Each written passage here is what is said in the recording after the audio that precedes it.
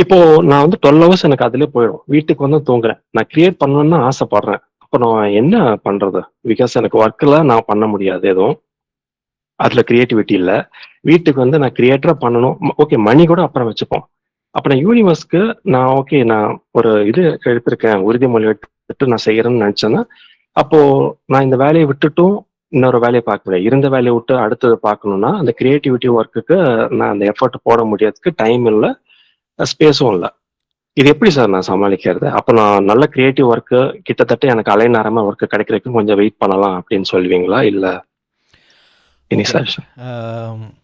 இதை வந்து கொஞ்சம் இப்படி அணுகலாம். அதாவது நம்ம பொதுவாக இன் ஜென்ரலுங்க நம்ம ப்ராக்டிக்கலாகவே இதை கொண்டுட்டு போவோமே. எல்லாருக்குமே ஒரு கம்ஃபர்டபுளான ஒரு ஒரு ஜாபோ ஒரு விஷயம் வந்து அமைஞ்சிராது.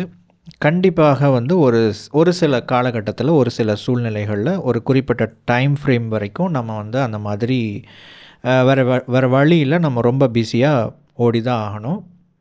டைம் இருக்காது. அந்த மாதிரியான ஒரு லைஃப் வந்து அமைஞ்சிரும். பட் இங்கே வந்து ஒரே ஒரு கேள்வியை நான் இங்கே கேட்கணும்னு நினைக்கிறேன். இது வந்து ஓகே அந்த மாதிரி அமையுது, நம்ம அந்த மாதிரி லைஃப்பை நம்ம லீட் பண்ணுறோம். It's common, it's normal. Time இல்லாத அளவுக்கு நம்ம ரொம்ப பிஸியாக இருக்கிறோம், ஹார்ட் ஒர்க் பண்ணுறோம், அண்டு நம்மளோட உடம்பையோ மனசையோ வருத்துகிறோம். இது எல்லாமே ஓகே, இது எல்லாமே நிறைய பேருடைய லைஃப்பில் இருக்குது. ரொம்ப அதிகமாக இருக்கும், நார்மலாக இருக்கும், இதெல்லாமே விட்டுடலாம், இதெல்லாம் இருக்கும். பட் அப்பார்ட் ஃப்ரம் தட் இது மட்டுமே கண்டினியூ ஆகிட்டு இருக்குன்னா இதோட பர்பஸ் என்னது? நம்ம ஏன் இப்படி ஓடணும், எதுக்காக ஓடுறோம் அப்படிங்கிற ஒரு கேள்வியை நம்ம கேட்டுக்கணும். அப்போது நம்ம வந்து அதை நமக்கு வந்து நம்ம லைஃப்பை இம்ப்ரூவ் பண்ணுறதுக்கான வாய்ப்பே இல்லாத ஒரு சூழலில் நம்ம வந்து மாட்டிக்கிட்டு இருக்கிறோம் அப்படின்னா அப்போது இதோட பர்பஸ் என்ன அப்படின்னு நம்ம அங்கே கேள்வி கேட்டுக்கணும். ஒன்று. ரெண்டாவது, ஓகே சார். நமக்கு ஒரு கம்ஃபோர்ட் மீன்ஸ் நீங்கள் ஒரு ஜாப்லேயோ ஒரு ஏதோ ஒரு விஷயத்தையும் நீங்கள் செஞ்சுட்டு இன்னொரு விஷயத்தையும் செய்கிறதுக்கான வாய்ப்போ ஒரு வேலையோ கண்டிப்பாக அமையும். அப்படி ஒரு விஷயம் இந்த உலகத்தில் அப்படி ஒரு விஷயமே கிடையாது அப்படின்னு இல்லை, இருக்குது. ரைட், இருக்குது இல்லைங்க? என்ன அது நமக்கு கிடைக்கலாம், ஏன் கிடைக்கலன்னு உட்காந்து யோசிச்சு பாருங்கள். ஏன் கிடைக்கல அப்படின்னு யோசிச்சு பாருங்கள். ரீசன் வந்து நம்ம நம்ம நம்ம கிடைச்ச விஷயத்தை இது பண்ணிவிட்டு நம்மளை நாமே கீழே தட்டி உட்கார வச்சுக்கிட்டே இருந்தோம் அப்படின்னா அது கண்டினியூ ஆகிட்டே தான் இருக்கும். நீங்கள் வந்து இல்லை I'm not belong to this place, நான் இந்த இடத்திற்கு தகுதியானவன் அல்ல, நான் இந்த இடத்திற்கு தகுதியானவள் அல்ல அப்படின்னு உங்கள் மைண்டுக்குள்ளே நீங்கள் சொல்லிக்கோங்க. இந்த ப்ராசஸுக்குள்ளே நீங்கள் இருப்பீங்க. தற்காலிகமாக நீங்கள் இருந்து தான் ஆகணும், அது நிரந்தரமாகிடக்கூடாது. நான் என்ன சொல்கிறேன்னா, தற்காலிகமாக நீங்கள் வந்து உங்களுக்கு தூங்கக்கூட நேரம் இல்லாத அளவுக்கு நீங்கள் உழைக்கிற சிச்சுவேஷன் வரலாம். லைஃப் வந்து எப்படி வேணால் மாறும்.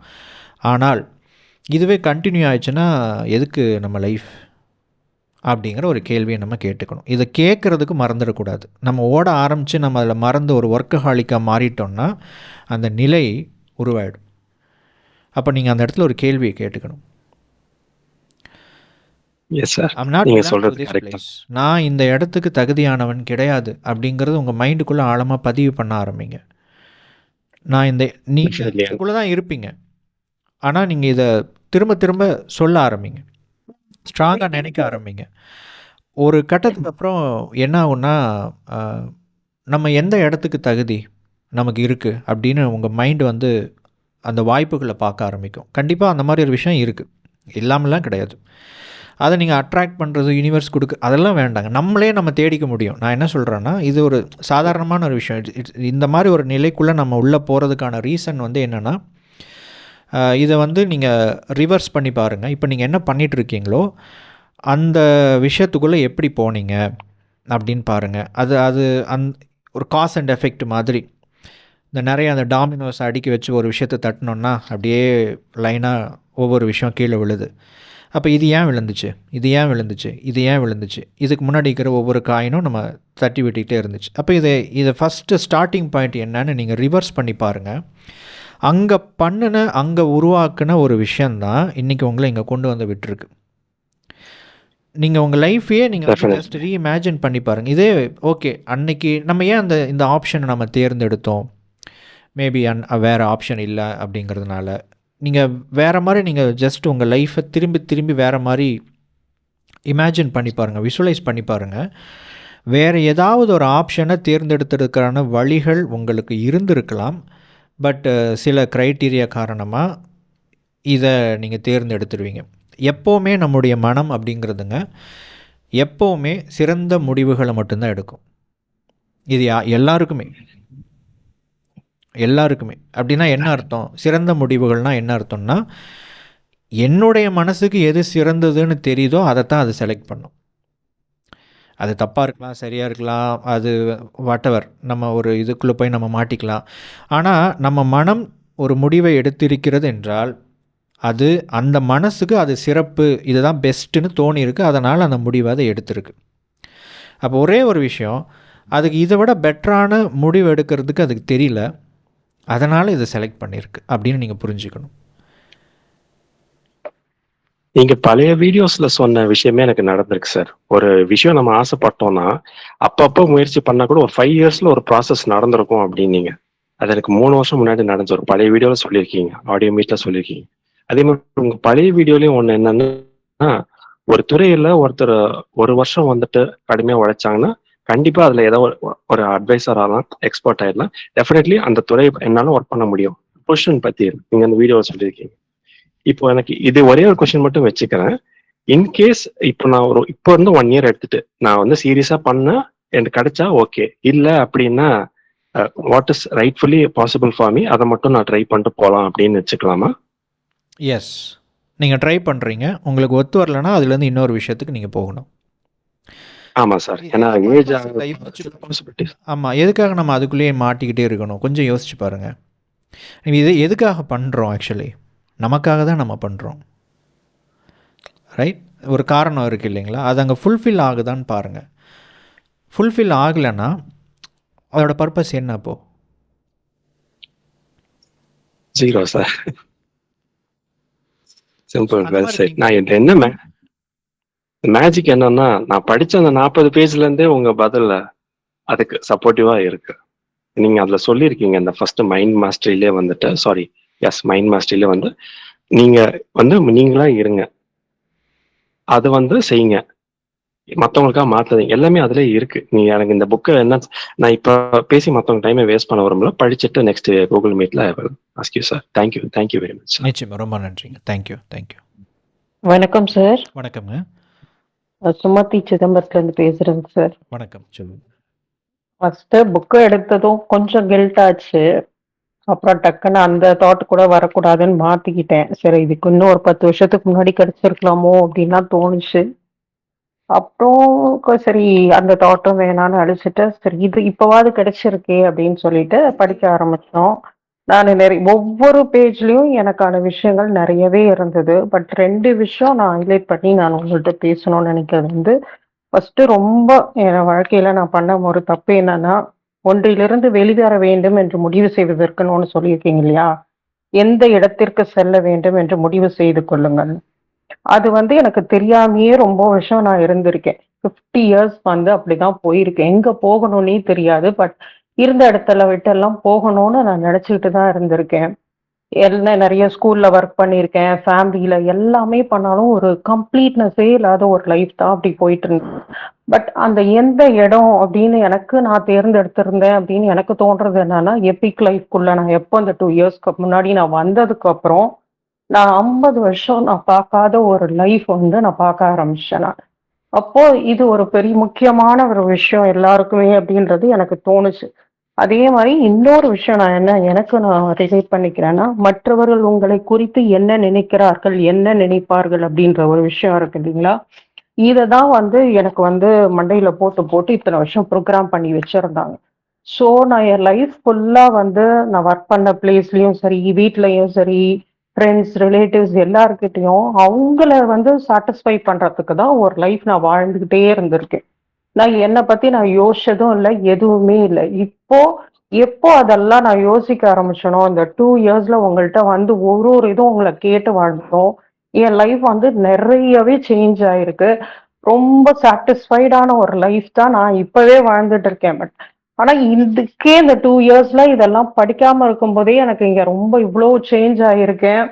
அதுவே எனக்கு வந்து போதுன்ற இருக்கும்போது, இப்ப இந்த புக் எனக்கு கையில கிடைச்சிருக்கிறது வந்து, இவ்வளோ நாள் நான் போதும் போதும்னு உங்கள்ட்டயே நான் சொல்லிட்டு இருந்திருக்கேன். பட் இப்பதான் எனக்கு இந்த புக்க கையில வாங்குனதும், ஒரு பெரிய ஒரு ஸ்ட்ரென்த்தே வருது. இன்னும் கான்ஃபிடென்ட் லெவல் ஜாஸ்தியா இருக்கு. சரி, ஓகே. என்னென்ன தவறு இருக்கோ அத நம்ம சரி பண்ணிக்கிட்டு, பெருசா ஒண்ண அச்சீவ் பண்ணி, குமார் சார ப்ரவுட் ஆக்கிட்டு நம்ம போகணும். அப்படின்னு ஒரு பெரிய ஒரு விஷயம். இவ்ளோ நாள் எனக்கு அந்த இதெல்லாம் தோணுனதே கிடையாது. இது பண்ணணும், அது பண்ணணுன்ட்டு. இதுக்கு முக்கியமான காரணம் இந்த புக்கு. உங்களோட எஃபோர்ட், டைம் எல்லாமே இருக்கு. அதுக்கு ரொம்ப ரொம்ப ரொம்ப தேங்க்ஸ். அது மாரி நம்ம ஸ்கூல்ல படிச்சிருக்கேன் எவ்வளவோ புக்ஸ். நான் ஒர்க் பண்ணப்போ நெறைய புக்ஸ் எல்லாம் படிச்சிருக்கேன். அதெல்லாம் விட இந்த புக்க முன்னாடியே படிச்சிருக்கணுமோ அப்படின்னு தோணுது. இந்த ஒரு புக்கு இருந்தா போதும் சார். எல்லாரோட லைஃப்பும் எங்கேயோ கொண்டு போயிடும். ரொம்ப ரொம்ப தேங்க்ஸ். நான் நெறைய டைம் எடுத்துக்க விரும்பல. ரொம்ப தேங்க்ஸ் சார் உங்களுக்கு. ரொம்ப ரொம்ப தேங்க்ஸ். நன்றி, நன்றி. ரொம்ப நன்றிங்க. தேங்க்யூ.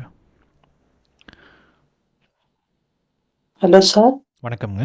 ஹலோ. கேக்குதுங்களா? கேட்குதுங்க. கிளியர். Vasantha from Israel.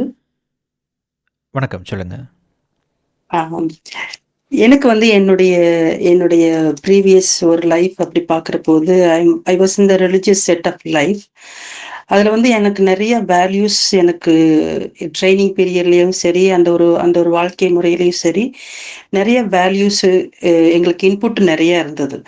எப்பவுமே எங்களுக்கு சொல்லுவாங்க, பி அவேர் ஆஃப் யுவர் செல்ஃப்னு சொல்லுவாங்க. Be be be aware of your self இந்த ப்ரெசன்ட்னு சொல்லிட்டு. அப்போ எங்க பைபிள்லயும் படிக்கிற போதும் சரி, அந்த ஒரு கடவுள் வந்துட்டு இந்த படைப்பை படைச்ச போது, ஐ ஆம் ஹூ ஐ ஆம் அப்படின்னு அந்த ஒரு வார்த்தை வந்து அடிக்கடி அடிக்கடி வரும். அப்ப இந்த மாதிரி எல்லாம் இன்புட் நிறைய இருந்தது. ஆனாலும் எனக்கு ஒரு கட்டத்துல வந்து எனக்கு என்ன ஆச்சு அப்படின்னா, ஏதோ ஒரு கட்டமைப்பு என்னை வந்து கண்ட்ரோல் பண்ணிட்டு இருக்குது அப்படின்னு அந்த ஒரு இதுதான். இது என்னுடைய இடம் இல்லை. அப்போ காட் இஸ் அ கிரியேட்டர்னா, நானும் எனக்கு என்ன படிச்சிருக்கிறாருன்னா நானும் ஒரு கிரியேட்டர் தான். அப்ப இது என்னுடைய இடம் இல்லை அப்படின்னு அந்த ஒரு இது வந்த போது, ஒரு 15 வருஷம் ஒரு லைஃப நான் வாழ்ந்துட்டு, நான் வந்துட்டு அதுல இருந்து வெளியே வந்தேன். வெளியே வர்ற போது நீங்க இந்த புக்ல நீங்க சொல்லிக்கிற மாதிரி ஒன்றிலிருந்து வெளிவர வேண்டும் என்று முடிவு செய்வதற்கு முன்பாக எந்த இடத்திற்கு செல்ல வேண்டும் என்று முடிவு செய்து கொள்ளுங்கள் அப்படின்றது. அப்ப அந்த நேரத்துல வந்து நான் வந்துட்டு சரி, எப்படி இருந்தாலும் நம்ம ஃபாரின் வந்துடணும் அப்படின்னு அந்த ஒரு நோக்கத்தோட நான் வந்துட்டேன். ஆனா இங்க வந்து எனக்கு வந்துட்டு அந்த ஒரு 2-3 இயர்ஸ் வந்து எனக்கு வந்துட்டு என்னுடைய இலக்குகள் வந்து சரியா இல்லை. என்னுடைய பிளானிங் சரியா இல்லை. அப்போ ரொம்ப நிறைய கஷ்டமா இருந்தது. ஏதோ ஒரு கட்டமைப்புக்குள்ளேயே மறுபடியும் நான் இருந்துட்டு இருந்த மாதிரி இருந்தது. ஆனா அதுக்கப்புறம் வந்துட்டு ஒரு 2019 அப்படிங்கிற போது எனக்கு இந்த லா ஆஃப் அட்ராக்ஷனுக்குள்ள மறுபடியும் அந்த பிரபஞ்சம் என்னை உள்ள இழுத்துது. உள்ள இழுத்ததுக்கு அப்புறம் வந்துட்டு என்னுடைய லைஃப் வந்து நிறைய நிறைய விதத்துல சேஞ்ச் ஆச்சு. ஆனா ஒரு நாளும் நான் வந்துட்டு அந்த லைஃப்ல இருந்து நான் விட்டு வெளியே வந்ததுல இருந்து ஒரு நாளும் நான் ரிக்ரெட் பண்ண கிடையாது. சிங்கிள் செகண்டும் கூட ஐயோ நம்ம அந்த லைஃப் நல்ல ஒரு லைஃபை விட்டுட்டு நம்ம வந்துட்டுமே சொல்லிட்டு சிங்கிள் செகண்ட் கூட ரிக்ரெட் பண்ணல. அப்ப எனக்கு என்னன்னா, நம்ம வந்துட்டு at the end of the day நான் தூங்க போற போது I should be happy person. அந்த ஒரு இது தெளிவா மனசுல இருந்தது. நான் வெளியே வந்த நாள்ல இருந்து இன்னைக்கு வரைக்கும் என்னுடைய லைஃப் என் கையில மட்டும்தான் இருக்குது. வேற யாருடைய கையிலயும் இல்லை. அதனால அது பாசிட்டிவா இருந்தாலும் சரி, நெகட்டிவா இருந்தாலும் சரி, இட்ஸ் மை மிஸ்டேக் அப்படிங்கிறது தான். எத்தனையோ துன்பங்களை அனுபவிச்சிருக்கிறேன். ஆனாலும் அதெல்லாம் நான் வந்துட்டு ரியலைஸ் பண்ணி பார்க்கிற போது, நோ, நான் அனுமதிக்காம இந்த துன்பம் வந்துட்டு என்கிட்ட வந்திருக்காது. நான் அனுமதிச்சனால மட்டும்தான் இந்த துன்பம் என்கிட்ட வந்திருக்குது. அப்ப இட் இஸ் மை மிஸ்டேக் அப்படிங்கிறத அதை உணர்ந்ததுனால நான் வந்துட்டு எந்த ஒரு இதுக்கும் நான் ரிக்ரெட் பண்ண கிடையாது. அப்ப இப்ப கூட வந்துட்டு உங்களுக்கு தெரியும், நான் வந்துட்டு என்னுடைய பெயிண்டிங் எல்லாம் நான் பண்ணிட்டு இருக்கிறது உங்களுக்கு அனுப்பியிருக்கிறேன். அப்ப ஐ எம் வெரி ஹாப்பி. அதாவது வந்துட்டு நானும் ஒரு கிரியேட்டரா இருக்கிறேன் அப்படிங்கிறதுல வந்துட்டு I am very very happy. இப்ப இந்த புக்ல வந்துட்டு நிறைய விஷயங்கள் வந்துட்டு நான் யார் அப்படிங்கக்கூடிய ஒரு இதை வந்துட்டு நீங்க கொடுக்குறீங்க. அதே போல அந்த சுதந்திரம் இருக்கிற போது உண்மையா நிறைய கிரியேட்டிவா இருக்க முடியும். அந்த சுதந்திரம் எப்ப பறி போகுதோ அந்த இடத்துல நம்மளால எதுவும் செய்ய முடியாது. இன்னொருத்தருடைய கட்டமைப்புக்குள்ளேயே நம்ம வந்து வாழ்ந்துட்டு இருப்போம். அதுல இருந்து நான் வந்துட்டு அவேர் ஆகி நான் வந்துட்டு இது என்னுடைய இடம் இல்லை, this is not my place அப்படின்னு ஒரு இது எடுத்ததுனால அந்த ஒரு டிரான்சாக்ஷன் பீரியட்ல நான் வந்துட்டு அதை முழிச்சுக்கிட்டேன் நான் எப்படி இது பண்ணணும்னு. அதனால ஐ எம் வெரி ஹாப்பி. நான் சிங்கிளா இருந்தாலும் ஐ எம் வெரி ஹாப்பி. நான் ஒரு கிரியேட்டரா இருக்க முடியுது, சுதந்திரமா என்னால செயல்பட முடியுது அப்படிங்கிறது. இன்னும் இந்த புக் எனக்கு கைக்கு வரல. எனக்கு ஒரு பிடிஎஃப் மட்டும்தான் ஒரு 50 பேஜ் கிடைச்சது. அது உங்ககிட்ட நான் சொன்னேன் நானு. அதுல இருந்தா கொஞ்சம் படிச்சுட்டு தான் அதுக்கப்புறம் நான் ஒரு ஜஸ்ட் ஒரு 27 பேஜ் தான் படிச்சிருப்பேன். It's very good book. Thank you so much. Thank you. தேங்க்யூங்க, தேங்க்யூ. ரொம்ப நன்றி.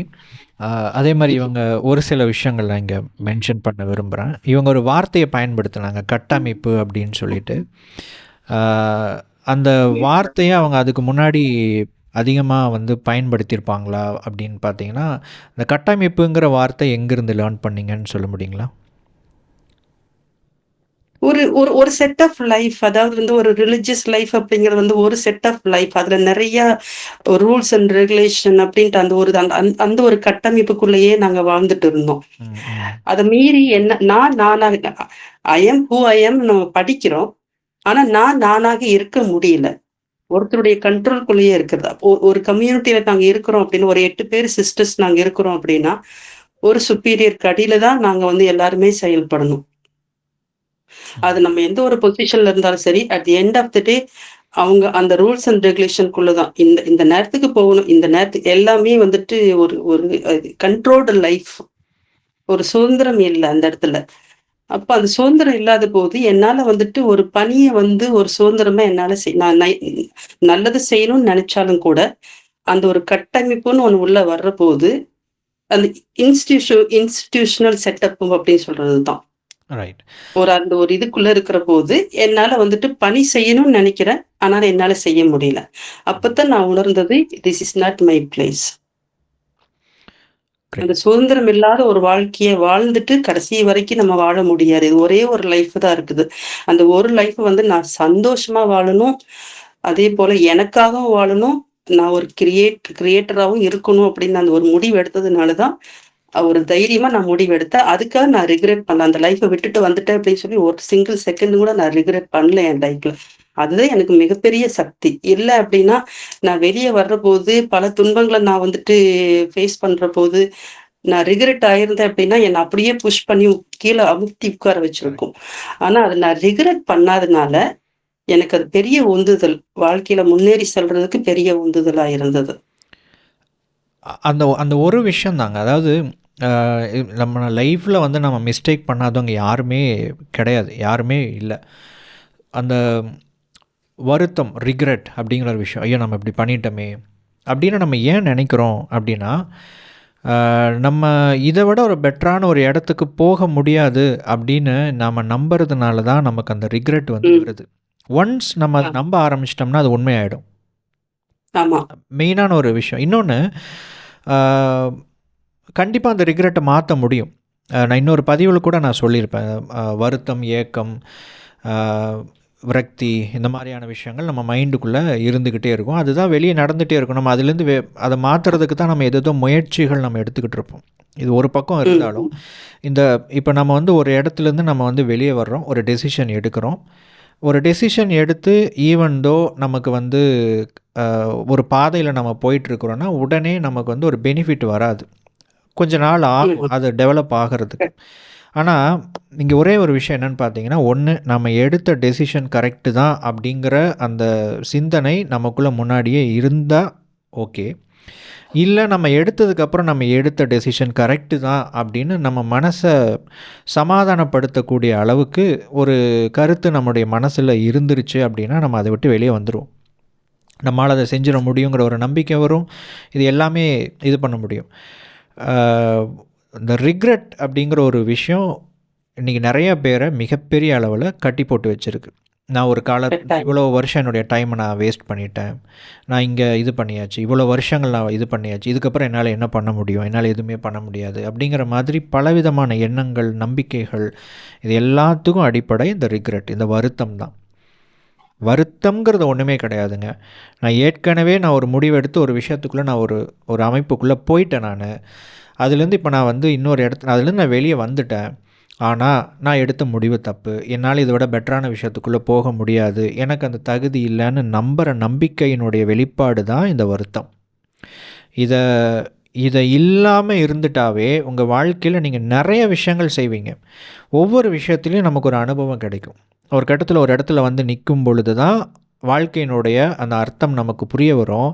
நம்ம இந்த மாதிரி ஒவ்வொரு இடத்துலேருந்து நம்ம லேர்ன் பண்ணிக்கிட்டு வந்திருக்கோம் அப்படிங்கிறது. வாட்டெவர் கட்டாயம் அந்த ஜேர்னியில் நம்ம நிறைய விஷயங்களை பார்த்துட்டு வந்திருக்கோம். இந்த கட்டாயம் நிறைய பேர் இந்த டூர் போவாங்க. நீங்கள் வந்து கண்ணை மூடி அப்படியே தூங்கிட்டீங்க. கண்ணை திறந்து பார்த்த உடனே தாஜ்மஹால் வந்து நிற்கிது. பார்த்துட்டு திரும்ப தூங்க போயிட்டோம். இது ஒரு என்ஜாயபிள் ஜேர்னியாக இருக்குமா அப்படின்னா இருக்காது. நம்ம ஒவ்வொரு விஷயங்களை பார்த்து பார்த்து பார்த்து பார்த்து வரும் பொழுது பக்கம் வந்துருச்சு, அந்த லொக்கேஷன் பக்கம் வந்துருச்சு அப்படிங்கிற ஒவ்வொரு அடையாளங்களை பார்க்குறோம். நம்ம கடந்து வந்த விஷயங்களை நம்ம வந்து மைண்டு வந்து நினைக்குது. இது எல்லாத்தினுடைய ஒரு ஒட்டுமொத்த கலவையாக நம்ம எந்த ஒரு டெஸ்டினேஷனை பார்க்கணுன்னு நினைக்கிறோமோ அந்த இடத்துக்கு வரும் பொழுது அது ஒரு முழுமையான ஒரு அனுபவத்தை நமக்கு கொடுக்கும். நம்ம என்ன நினைக்கிறோன்னா, நம்ம வந்து கண்ணை மூடி கண்ணை திறந்த உடனே ஒரு டெஸ்டினேஷனில் போய் நிற்கணும், அது நல்லதாக இருக்கணும்னு நம்ம நினைக்கிறோம்.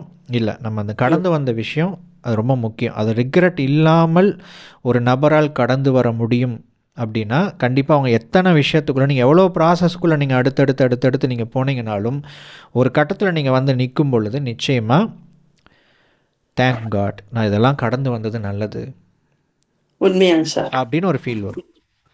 உண்மையா. எனக்கு இப்போ ரீசெண்டா வந்து என்னுடைய பெயிண்டிங் நான் வந்துட்டு என்னுடைய ஃப்ரெண்ட்ஸ் ரிலிஜியஸ் வட்டாரத்துக்குள்ள நான் வந்துட்டு போஸ்டிங் பண்ற போது அதே சிஸ்டர்ஸ் அத்தாரிட்டியில் இருக்கிறவங்க சொல்லியிருக்காங்க, இந்த மாதிரி we have lost such a good sister. எனக்கு அது போதுமே, அந்த இது போதும். they have realized அந்த ஒரு இது போதும். அதனால உண்மையை எனக்கு வந்துட்டு அந்த கடவுளுடைய blessing எல்லாமே நன்மைக்கு அப்படின்னு எடுத்துட்டு போகக்கூடிய ஒரு சிந்தனையை கொடுத்ததுனால என் லைஃப் எதை நோக்கி போகணும் அப்படிங்கிறது எனக்கு கிளியரா தெரியுது. Thank you so much. எனக்கு இந்த புக்கு வந்துட்டு நெக்ஸ்ட் என்னுடைய பைபிளுக்கு அடுத்த ஒரு புக்கா தான் நான் பாக்குறேன். Thank you so much. நன்றி, ரொம்ப நன்றி. தேங்க்யூ.